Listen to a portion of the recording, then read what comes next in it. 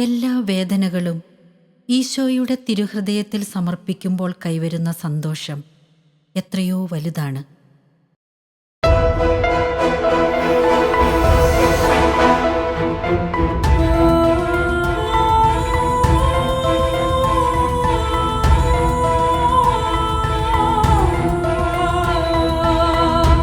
ഈശോമിശിഹായ്ക്ക് സ്തുതിയായിരിക്കട്ടെ.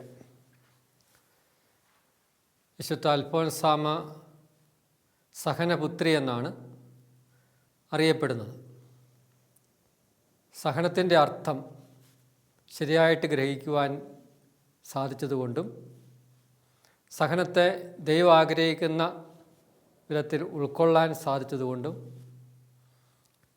കൂടുതൽ ദൈവത്തെ സ്നേഹിക്കുവാൻ സഹനം ഒരു വഴിയായിട്ട് സ്വീകരിച്ചതുകൊണ്ടുമെല്ലാമാണ് സഹനപുത്രി എന്ന അൽഫോൻസാമ വിളിക്കപ്പെടുന്നത്. നമ്മുടെ കർത്താവിൻ്റെ സ്ലേവായിലാണ് സഹനത്തിൻ്റെ അർത്ഥം കണ്ടെത്താനായിട്ട് സാധിക്കുന്നത്. അൽഫോൻസാമ സ്ലേവായിലേക്ക് നോക്കി, ഈശോയിലേക്ക് നോക്കി സഹനത്തിൻ്റെ അർത്ഥം ശരിയായിട്ട് പഠിച്ചു. എവിടെ സ്നേഹമുണ്ടോ അവിടെ സഹനം സാധ്യമാവുന്നു. 1 യോഹന്നാൻ 4:9 തൻ്റെ പുത്രൻ വഴി നാം ജീവിക്കേണ്ടതിന് ദൈവം അവനെ ലോകത്തിലേക്ക് അയച്ചു. പാപികളായ നമ്മുടെ പാപങ്ങൾക്ക് പരിഹാരബലിയായി പിതാവായ ദൈവം പാപമില്ലാത്ത തൻ്റെ ഏകജാതനെ നൽകി എന്നതിൽ സ്നേഹം അടങ്ങിയിരിക്കുന്നു. സ്നേഹം പ്രകടിപ്പിക്കാനുള്ള ഏറ്റവും ശക്തമായ മാർഗം സഹനമാണ്. അതാണ് അൽഫോൻസാമ സഹനത്തെ ഹൃദയം കൊണ്ട് സ്വീകരിച്ചത്. ദൈവത്തെ സ്നേഹിക്കാൻ തനിക്കുള്ള ഏറ്റവും നല്ല മാർഗം വഴി സഹനമാണ് എന്ന് അൽഫോൻസാമ തിരിച്ചറിഞ്ഞു. അൽഫോൻസാമയ്ക്ക് സഹനം ക്രൂശിതനായ ഈശോയുമായിട്ട് തന്നെ ഐക്യപ്പെടുത്തുന്ന അനുഭവമായിരുന്നു. ഈശോയുമായിട്ട് ഐക്യപ്പെടാൻ ഏറ്റവും നല്ല മാർഗം സഹനമായതുകൊണ്ട് സഹനം അവൾക്ക് ആനന്ദം പകർന്നു. സഹനം മനുഷ്യജീവിതത്തിൻ്റെ മഹത്വം വെളിപ്പെടുത്തും. സഹനമില്ലാതെ ഒരു ജീവിതവുമില്ല. സഹനത്തിൻ്റെ തോതിൽ ഏറ്റക്കുറച്ചിലുകൾ ഉണ്ടാകും എന്നല്ലാതെ ഒരു മനുഷ്യനും സഹനമാകുന്ന ഈ യാഥാർത്ഥ്യം ഉൾക്കൊള്ളാതെ ഭൂമിയിൽ നിന്ന് ഒരിക്കലും ജീവിതത്തെ ഉൾക്കൊള്ളാനായിട്ട് സാധ്യമല്ല. ഒരു കുഞ്ഞ് ഈ ഭൂമിയിലേക്ക് ജനിച്ച് വീഴുന്നത് തന്നെ വേദനയുടെ ഒരു കരച്ചിലോടെയാണ്. ഒരമ്മയുടെ വേദനയിൽ നിന്നാണ് ഒരു കുഞ്ഞ് ഭൂമിയിലേക്ക് ജനിക്കുന്നത്. ഒരു കുഞ്ഞിൻ്റെ ശൈശവകാലം മുഴുവൻ മാതാപിതാക്കളുടെ നിരന്തരമായ ജാഗ്രതയുടെയും ത്യാഗനിർഭരമായ സമർപ്പണത്തിൻ്റെയും ഫലമാണ് ആ കുഞ്ഞിൻ്റെ വളർച്ച. അപ്പോൾ ത്യാഗത്തിൻ്റെ ഉത്തരമാണ് വിജയം എന്ന് പറയുന്നത്. ഒരു വിദ്യാർത്ഥി സിവിൽ സർവീസ് പരീക്ഷ പാസ്സാവുന്നു.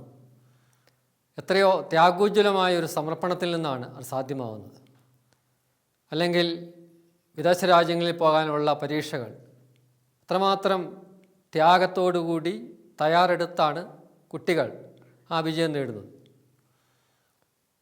ഭാരതത്തിൻ്റെ സ്വാതന്ത്ര്യം, ഈ സ്വാതന്ത്ര്യം നമ്മുടെ രാഷ്ട്ര നേതാക്കളുടെ കഠിനാധ്വാനത്തിൻ്റെയും ത്യാഗത്തിൻ്റെയും എല്ലാം ഫലമാണ്, അതിൻ്റെ വിജയമാണ്. ഒരു കൃഷിയിടം, കർഷകൻ ഒരു കൃഷിയിടം പാകപ്പെടുത്തുന്നത് തൻ്റെ ത്യാഗത്തിൻ്റെ ഫലമായിട്ടാണ്. ഒരു നല്ല പൂന്തോട്ടം, എത്രയോ നല്ല സമർപ്പണം, ത്യാഗം അതിൻ്റെ പിന്നിലുണ്ട്. ഒരു കെട്ടിടം നമ്മൾ കാണുന്നുണ്ട്, അതിൻ്റെ പിന്നിലെ ത്യാഗം അറിയാനും നമുക്ക് കഴിയണം. അപ്പോൾ ഈ ത്യാഗത്തിൻ്റെ ഫലമാണ് ശരിയായും ഭൂമിയിൽ നമ്മൾ കാണുന്ന എല്ലാ വിജയങ്ങളും നന്മകളുമെല്ലാം. സ്നേഹമാണ് സഹനത്തെ ലഘൂകരിക്കുന്നത്. 5 വയസ്സുള്ള ചേച്ചി 2 വയസ്സുള്ള അനുജനെ എടുത്തുകൊണ്ട് നടക്കുകയാണ്. എടുക്കാൻ മാത്രം ആരോഗ്യമൊന്നും 5 വയസ്സുള്ള ആ കുട്ടിക്കില്ലെങ്കിലും അനുജനെ എപ്പോഴും എടുത്തുകൊണ്ട് നടക്കുകയാണ്. സ്നേഹം ഭാരം ഇല്ലാതാക്കുന്നു. അതുകൊണ്ടാണ് അത് സാധിക്കുന്നത്. തൻ്റെ അനുജനെ തന്നെക്കാൾ തന്നോട് ഒപ്പം തന്നെയുള്ള അനുജനെ എടുത്തുകൊണ്ട് നടക്കുന്ന ആ കുട്ടിക്കും ആനന്ദമാണ്, സന്തോഷമാണ്. ആ ഭാരം അറിയുന്നില്ല. സ്നേഹം ഭാരത്തെ ഇല്ലാതാക്കുന്നു. ചില സഹോദരന്മാർ നമ്മോട് ചോദിക്കാറുണ്ട്, ദൈവം എന്തിനാണ് സഹിക്കുന്നത്? ദൈവം എന്തിനാണ് കരയുന്നത്? ദൈവം എന്തിനാണ് മരിക്കുന്നത്? ഇതെല്ലാം പലരും ചോദിക്കാറുള്ളതാണ്. ദൈവം എന്തിനു മരിക്കണം? അല്ലെങ്കിൽ ദൈവം എന്തിനാണ് കരയുന്നത്? അല്ലെങ്കിൽ ദൈവത്തിന് സഹിക്കേണ്ട ആവശ്യമുണ്ടോ? പുറപ്പാട് പുസ്തകം 3:7 കർത്താവ് വീണ്ടും അരുളി ചെയ്യുന്നു, ഈജിപ്തിലെ എൻ്റെ ജനത്തിൻ്റെ ക്ലേശങ്ങൾ ഞാൻ കണ്ടു. മേൽനോട്ടക്കാരുടെ ക്രൂരത കാരണം അവരിൽ നിന്ന് ഉയരുന്ന രോദനം ഞാൻ കേട്ടു. അവരുടെ യാതനകൾ ഞാൻ അറിയുന്നു. ഒരു ജനത്തിൻ്റെ ക്ലേശങ്ങൾ ഹൃദയത്തിൽ വഹിക്കുന്ന ദൈവം. നമ്മുടെ ദൈവം നിർവികാരനല്ല. ആകാശത്ത് എവിടെയോ ഇരിക്കുന്ന ഒന്നും അറിയാത്ത ഒരുവനല്ല. മറിച്ച് തൻ്റെ ജനത്തിൻ്റെ ക്ലേശങ്ങൾ ഹൃദയത്തിൽ വഹിക്കുന്ന ദൈവം. തൻ്റെ മക്കളുടെ ഹൃദയമിടിപ്പുകൾ നിരന്തരം ശ്രവിക്കുന്ന ദൈവം. ഇങ്ങനെയൊരു ദൈവത്തെയാണ് നമ്മളെല്ലാം അനുഭവിച്ചറിയുന്നത്. മത്തായി സുവിശേഷം 11:28 വചനം ഈശോ പറഞ്ഞു, അധ്വാനിക്കുന്നവരും ഭാരം വഹിക്കുന്നവരുമായ നിങ്ങളെല്ലാവരും എൻ്റെ അടുക്കൽ വരുവിൻ, ഞാൻ നിങ്ങളെ ആശ്വസിപ്പിക്കാം. എത്രയോ വലിയ സാന്ത്വനമാണ്. അധ്വാനിക്കുന്നവരും ഭാരം വഹിക്കുന്നവരും ഞെരുങ്ങുന്നവരും കഷ്ടപ്പെടുന്നവരെല്ലാം എൻ്റെ അടുക്കലേക്ക് വരിക, ഞാൻ നിങ്ങൾക്ക് ആശ്വാസം പ്രദാനം ചെയ്യാം. ദൈവപുത്രനായ ഈശോയുടെ ഈ സാന്ത്വന വചസ്സുകൾ എത്രയോ ഹൃദയങ്ങളിലാണ് സമാധാനത്തിൻ്റെ സമാശ്വാസത്തിൻ്റെ കുളിർക്കാറ്റ് നൽകുന്നത്. യോഹന്നാൻ 10:11 ഈശോ പറഞ്ഞു, ഞാൻ നല്ല ഇടയനാണ്. നല്ല ഇടയൻ ആടുകൾക്ക് വേണ്ടി ജീവൻ സമർപ്പിക്കുന്നു. നമ്മുടെ ദൈവം പ്രകാരം ജീവൻ സമർപ്പിക്കുന്നു. കഠിനഹൃദയനായൊരു ദൈവത്തെയല്ല നമ്മൾ അനുദിനം കണ്ടുമുട്ടുന്നത്. മനുഷ്യൻ്റെ എല്ലാ ദുഃഖങ്ങളും വേദനകളും സഹനവുമെല്ലാം തൻ്റെതാക്കി മാറ്റുന്ന ദൈവം. ഈശോയുടെ മലയിലെ പ്രസംഗം അക്ഷരാർത്ഥത്തിൽ മനുഷ്യൻ്റെ ജീവിതത്തിൻ്റെ ഒരു പുനർവായനയാണ്. കരയുന്നവരെ നിങ്ങൾ ഭാഗ്യവാന്മാർ. ലോകം അന്ന് വരെ കേട്ടിട്ടില്ലാത്ത ഒരു പുതിയ സ്വരമാണ് മലയിൽ കേൾക്കുന്നത്. കരയുന്നവരെ ഭാഗ്യവാന്മാർ. ഈ സ്വരത്തിൻ്റെ തുടർച്ചയായിരുന്നു ഗാഗുൽത്തായിലെ കരച്ചിൽ. മനുഷ്യന് വേണ്ടി ദാഹിക്കുന്ന ദൈവത്തിൻ്റെ കരച്ചിൽ. ദൈവത്തിനായി ദാഹിക്കുന്ന മനുഷ്യനും മനുഷ്യനായിട്ട് ദാഹിക്കുന്ന ദൈവവും കണ്ടുമുട്ടിയപ്പോൾ ഉണ്ടായ നിലവിളി. ഈ കണ്ടുമുട്ടലിലാണ് മനുഷ്യന് എന്നേക്കുമുള്ള രക്ഷ സാധ്യമാകുന്നത്. അതുകൊണ്ട് ഈ നിലവിളി ഒരു പരാജയമല്ല, ദൗർബല്യമല്ല, പ്രസ്തുത ദൈവത്തിൻ്റെ അസ്തിത്വം വെളിപ്പെടുത്തുന്ന സ്വരമാണ്. ഒരു കുഞ്ഞ് ഭൂമിയിൽ ജനിക്കുമ്പോൾ ഒരു കരച്ചിൽ, പുതിയ ഒരു അസ്തിത്വം വെളിപ്പെടുന്ന സ്വരമാണത്. അൽഫോൻസാമ രോഗക്കിടക്കയിൽ സഹനം ജീവിതത്തെ ഉജ്ജ്വലിപ്പിക്കുന്നു, അനുഭവിച്ചറിഞ്ഞു. ആ ദീനക്കിടക്കയിൽ സഹനമെല്ലാം ഉൾക്കൊണ്ടപ്പോൾ അൽഫോൻസാമ ഈശോയുമായിട്ട് ഐക്യം പ്രാപിക്കുകയാണ്. ഈ ജീവിതത്തിന് എന്തർത്ഥം എന്ന് അനേകർ ചോദിക്കുന്നുണ്ട്.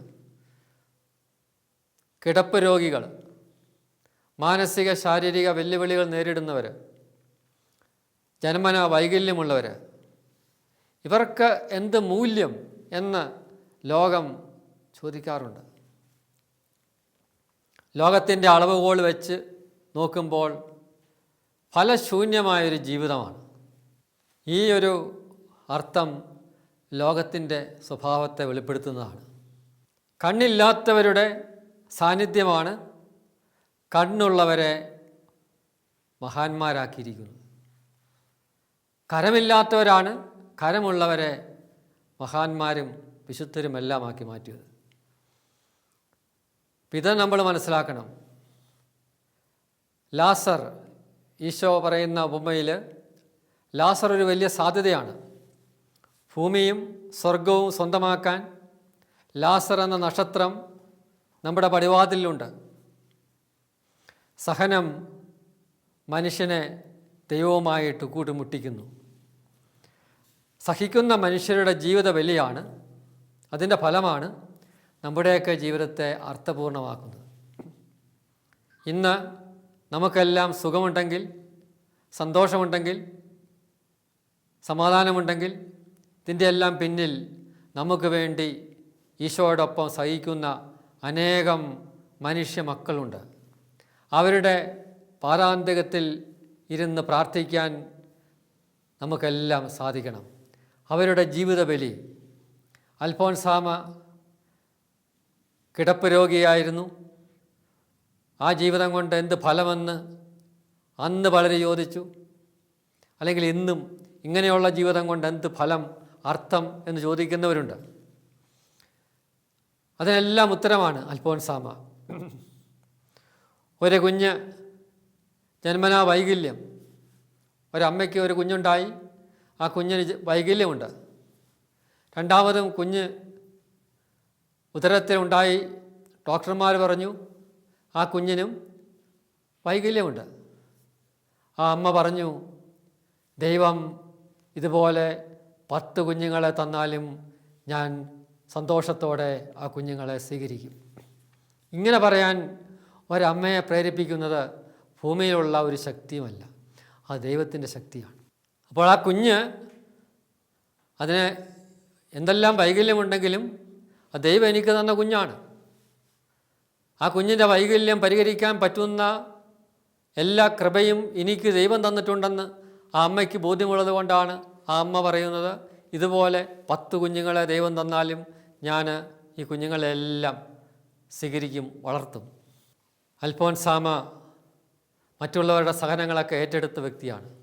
ചങ്ങനാശ്ശേരി രൂപതയുടെ മെത്രാനിച്ചന് പനി, തൻ്റെ പിതാവിന്, തൻ്റെ രൂപതാധ്യക്ഷന് പനിയാണ് എന്നറിഞ്ഞപ്പോൾ അൽഫോൻസാമ ദൈവത്തോട് പ്രാർത്ഥിച്ചു, മെത്രാനിച്ചൻ്റെ പനി എനിക്ക് തന്നിട്ട് പിതാവിനെ സുഖപ്പെടുത്തണം.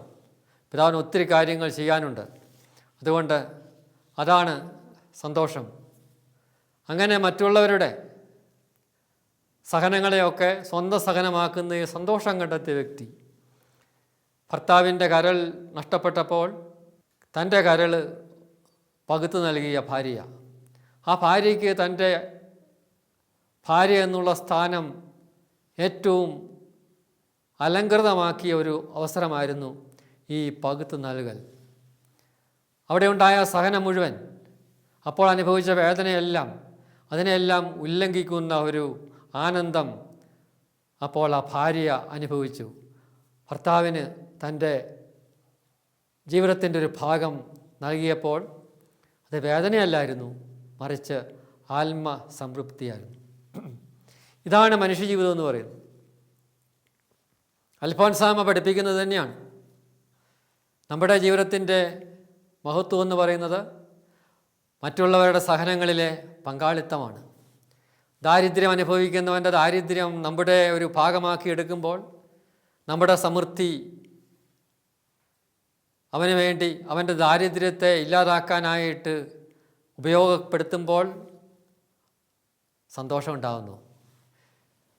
ദൈവം നൽകുന്നതെല്ലാം നല്ലതാണെന്ന് അൽഫോൻസാമയുടെ ഒരു മുദ്രാവാക്യമാണ്. അൽഫോൻസാമ പഠിപ്പിക്കുന്ന ഒരു പ്രധാനമായ സന്ദേശം അതാണ്, ദൈവം നൽകുന്നതെല്ലാം നല്ലതാണ്. നന്മയല്ലാത്ത ഒന്നും ദൈവത്തിൽ നിന്ന് ഉണ്ടാവുന്നില്ല. തൻ്റെ രക്ഷകനായ കർത്താവായ ഈശോയോടുമുള്ള ആ ഈശോയോട് കൂടിയുള്ള സഹനം ആനന്ദദായകമാണ്. ഗോതമ്പ് മണി നിലത്ത് വീണ് അഴിയുമ്പോഴാണ് ഫലമുണ്ടാകുന്നത്. അൽഫോൻസാമ സഹനം തൻ്റെ ജീവിതത്തിൻ്റെ പൂർണ്ണതയിൽ അനുഭവിച്ചറിയാൻ സാധിക്കുന്ന ഒരു യാഥാർത്ഥ്യമാക്കി തീർത്തു. ദൈവം തനിക്ക് സംബലഭ്യമാവുന്നത് സഹനത്തിലൂടെയാണെന്ന് അൽഫോൻസാമ അനുഭവിച്ചറിഞ്ഞു. ദൈവസ്നേഹത്തിൻ്റെ ആളിക്കത്തലായി അൽഫോൻസാമയുടെ സഹനം. റോമാലേഖനത്തിൽ 8-ാം അധ്യായം 35-ാം വചനം പൗലോസ്ലീഹ ചോദിക്കുന്നു, മിശിഹായോടുള്ള സ്നേഹത്തിൽ നിന്ന് ആര് എന്നെ വേർപെടുത്തും? ക്ലേശമോ, ദുരിതമോ, പീഡനമോ, പട്ടിണിയോ, ആപത്തോ, നഗ്നതയോ, വാളോ? എന്തെല്ലാം സംഭവിച്ചാലും മിശിഹായോടുള്ള സ്നേഹത്തിൽ നിന്ന് ഒന്നും എന്നെ വേർപെടുത്തുന്നില്ല. 2 കൊറിന്ത്യൻസ് 11-16 മുതലുള്ള വചനങ്ങളിൽ ഇതുതന്നെയാണ് നമുക്ക് കാണാനായിട്ട് സാധിക്കുന്നത്. സുവിശേഷത്തെ പ്രതി ഞാൻ ഏറെ സഹിച്ചു. സുവിശേഷത്തെ പ്രതിയുള്ള സഹനം ഏറ്റവും ആനന്ദദായകമായി. ഞാനാണ് മറ്റെല്ലാവരേക്കാൾ കൂടുതൽ കർത്താവായ ഈശോയ്ക്ക് വേണ്ടി സഹിച്ചവൻ എന്ന് പൗലോസ്ലീഹ പ്രഖ്യാപിക്കുന്നുണ്ട്. അതിലെ ആനന്ദമാണ്. മിശിഹായ്ക്ക് വേണ്ടിയുള്ള സഹനം എൻ്റെ ഹൃദയത്തിൽ ഏറ്റവും അധികം ആനന്ദദായകമായി തീരുന്നു.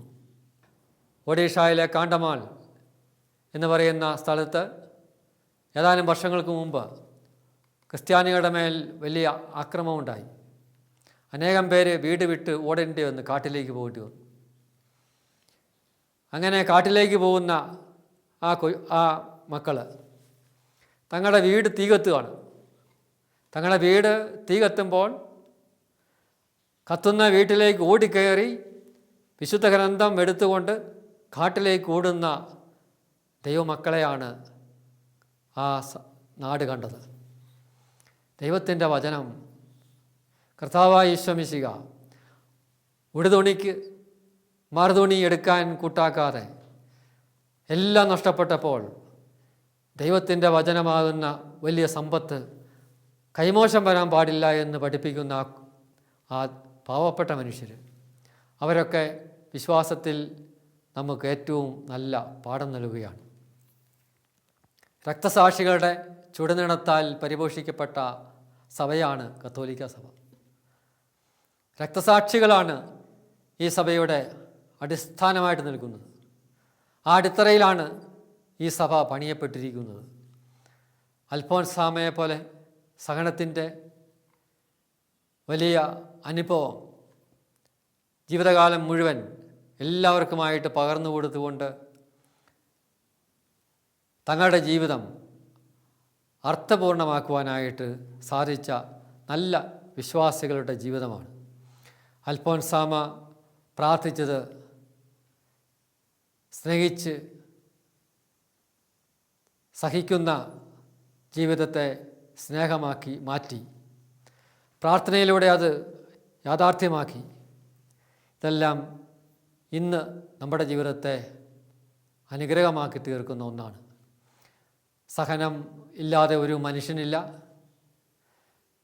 നമ്മുടെ പരിമിതിക്കുള്ളിൽ സമയത്തിനും സ്ഥലത്തിനും ശരീരത്തിനും ഈ 3 പരിമിതിക്കുള്ളിൽ ആയിരിക്കുന്നിടത്തോളം കാലം മനുഷ്യന് സഹനമെന്ന യാഥാർത്ഥ്യത്തെ കണ്ടുമുട്ടാതെ ജീവിതമില്ല. ഈ കണ്ടുമുട്ടലിൽ പ്രത്യാശ പകരുന്നത് നമ്മുടെ കർത്താവിൻ്റെ സ്ലീവായിലേക്ക് നോക്കുമ്പോഴാണ്. അവിടെ അർത്ഥം ഉണ്ട്, എല്ലാത്തിനും ഉത്തരമുണ്ട്. ഉത്തരം മാത്രമല്ല, പ്രത്യാശയും അവിടെ നൽകുന്നു. അൽഫോൻസാമ തൻ്റെ ജീവിതത്തിലൂടെ സഹനത്തെ ഉൾച്ചേർക്കുമ്പോൾ വരാനിരിക്കുന്ന വലിയൊരു സൗഭാഗ്യം മുന്നിൽ കാണുകയും അത് ജീവിതത്തിൻ്റെ അർത്ഥം കണ്ടെത്താനായിട്ട് സഹായിക്കുന്ന യാഥാർത്ഥ്യമായിട്ട് സ്വീകരിക്കുകയും എല്ലാം ചെയ്തു. നമുക്ക് പ്രാർത്ഥിക്കാം. പരിശുദ്ധ അമ്മ തൻ്റെ ജീവിതത്തെ, സഹനത്തെ എത്രമാത്രം ദൈവവുമായിട്ട് കൂട്ടിച്ചേർക്കാനും ദൈവാനുഭവമാക്കാനും ഇടയാക്കി. അതുപോലെ വിശുദ്ധ അൽഫോൻസാമ തനിക്ക് ലഭിച്ച സഹനം ദൈവം നൽകിയതൊക്കെ നല്ലതാണ് എന്ന് തിരിച്ചറിഞ്ഞു. നമ്മുടെ എല്ലാം ജീവിതത്തിൽ സഹനമില്ലാതെ ഒരു ജീവിതമില്ല. അപ്പോൾ ഈ നിമിഷങ്ങളിൽ ഹൃദയം തുറന്ന് നമുക്ക് പ്രാർത്ഥിക്കാം ദൈവത്തോട്. സങ്കടത്തിൻ്റെ നിമിഷങ്ങളിൽ കർത്താവ് നമ്മുടെ കൂടെയുണ്ട് എന്ന് അൽഫോൻസാമ നമ്മോട് പറയുകയാണ്. നമ്മുടെ കർത്താവ് നമ്മുടെ കൂടെയുണ്ട്. ആ ഒരു പ്രത്യാശയിൽ നമ്മുടെ ജീവിതത്തിൻ്റെ എല്ലാ അവസ്ഥകളെയും സ്വീകരിക്കാൻ നമുക്ക് പരിശ്രമിക്കാം.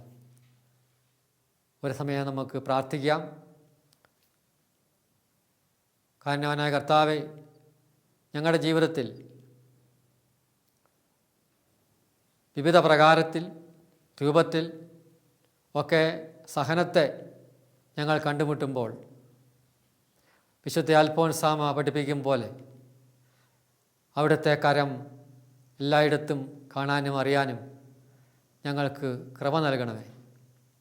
ഞങ്ങളുടെ ജീവിതത്തിൽ നിരന്തരം അവിടുത്തോടൊപ്പമായിരിക്കുവാനും തീവ്രമായ ജീവിത ദുഃഖങ്ങളിൽ അതിലേറെ ഹൃദയം ആനന്ദിക്കുന്ന ദൈവത്തിൻ്റെ സാന്നിധ്യത്തിൻ്റെ പ്രത്യാശയിൽ ഞങ്ങളെ തന്നെ സമർപ്പിക്കുവാനും അങ്ങനെ ഞങ്ങളുടെ വിശ്വാസത്തെ വർദ്ധിപ്പിക്കുവാനും ഒക്കെ കാരണമാകുന്ന വിധത്തിൽ സഹനത്തെ രക്ഷാകരമാക്കി ഫലദായകമാക്കി കൂടുതൽ കൃപ ഞങ്ങൾക്ക് പ്രദാനം ചെയ്യുന്ന അനുഭവമാക്കി തീർക്കുവാൻ ഇടയാക്കണമേ. വിശുദ്ധ അൽഫോൻസാമയുടെ പ്രത്യേകമായ മധ്യസ്ഥതയിൽ ഞങ്ങൾ പ്രാർത്ഥിക്കുന്നു. കാരുണ്യവാനായ കർത്താവേ, ഞങ്ങളുടെ മേൽ കൃപയായിരിക്കണമേ. സഹനത്തിൻ്റെ നിമിഷങ്ങളിൽ ഞങ്ങളുടെ കൂടെ എപ്പോഴും ആയിരുന്ന് ഞങ്ങളെ ബലപ്പെടുത്തുകയും പ്രത്യാശയിൽ ഞങ്ങളെ നയിക്കുകയും ചെയ്യണമേ. പിതാവും പുത്രനും പരിശുദ്ധാത്മാവുമായ സർവേശ്വര എന്നേക്കും ആമേൻ.